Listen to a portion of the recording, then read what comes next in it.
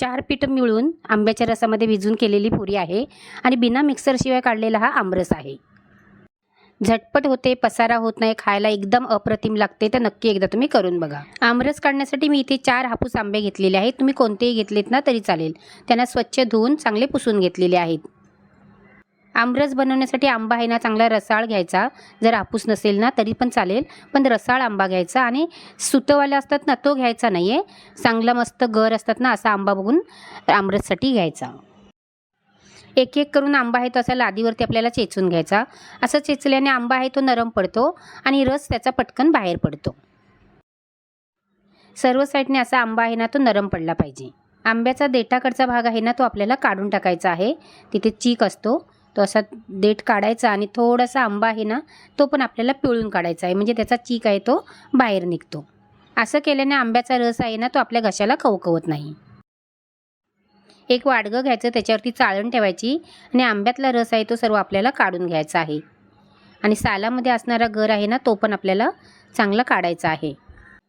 तुम्ही पीठ चाळायची चाळण किंवा मोदक उकडायची चाळण असेल ना ती घेतली तरी पण चालेल आणि अशी बाटा धरून ना आपण चाळणीमध्ये घासायची आहे, म्हणजे एकदम मऊसूत असा आपला आमरस तयार होतो। तुम्ही ह्या चाळणीचा वापर केलात ना तरी पण चालेल। अशा पद्धतीने आपला आमरस तयार झालेला आहे। आता आपण 4 पिठांची पुरी करणार आहोत। त्याच्यासाठी आपण इथे 1 कप गव्हाचं पीठ घेतलेलं आहे।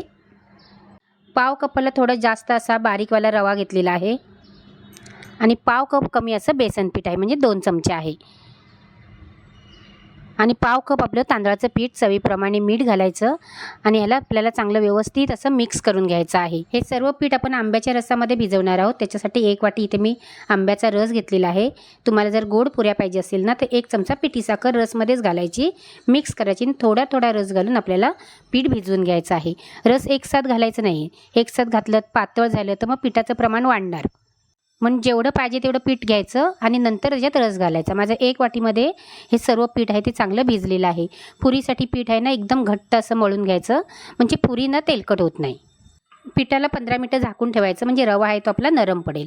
एक 15 मिनिटांनंतर त्याच्यावरती आपल्याला थोडंसं असं अर्धा चमचा तेल घालायचं आहे आणि पीठ चांगलं मळून घ्यायचं। पुरीसाठी पीठ घट्टच ठेवा, म्हणजे पुऱ्या तेलकट होत नाहीत। पुरीच्या पिठाला ना तेल जास्त लावायचं नाही, थोडंसंच तेल हाताला घ्यायचं आणि हे पीठ चांगलं मळून घ्यायचं। पीठ चांगलं मळल्याने पुऱ्या खुसखुशीत होतात। छोट्या छोट्या गोळ्या करून घ्यायच्या। जर तुम्हाला छोट्या पुऱ्या लाटायच्या असतील गोळ्या करून तर छोट्या गोळ्या करायच्यात, किंवा तुम्हाला मोठी चपाती लाटून जर पुऱ्या करायच्या असतील तर मोठी एक अशी गोळी घ्यायची, त्याची मोठी चपाती लाटायची आणि मग नंतर कोणत्या तरी आकाराने त्या पुऱ्या करून घ्यायच्या। त्यातलीच एक गोळी घ्यायची, तुम्हाला पाहिजे तर तुम्ही पीठ लावून लाटू शकता किंवा अशीच सुद्धा तुम्ही पुरी लाटू शकता। जास्त जाड किंवा जास्त पातळ लाटायची नाही आहे आणि तुम्हाला जर गोल आकार पाहिजे असेल तर कुठल्या तरी एका भांड्याने तिला गोल आकार द्यायचा, म्हणजे सर्व पुऱ्या आहेत ना त्या गोल अशा लाटून होतात। अजून एक पुरी लाटून दाखवते। त्याच पद्धतीने गोळी घ्यायची, तिला पीठ लावायचं आणि तिला गोल अशी लाटून घ्यायची।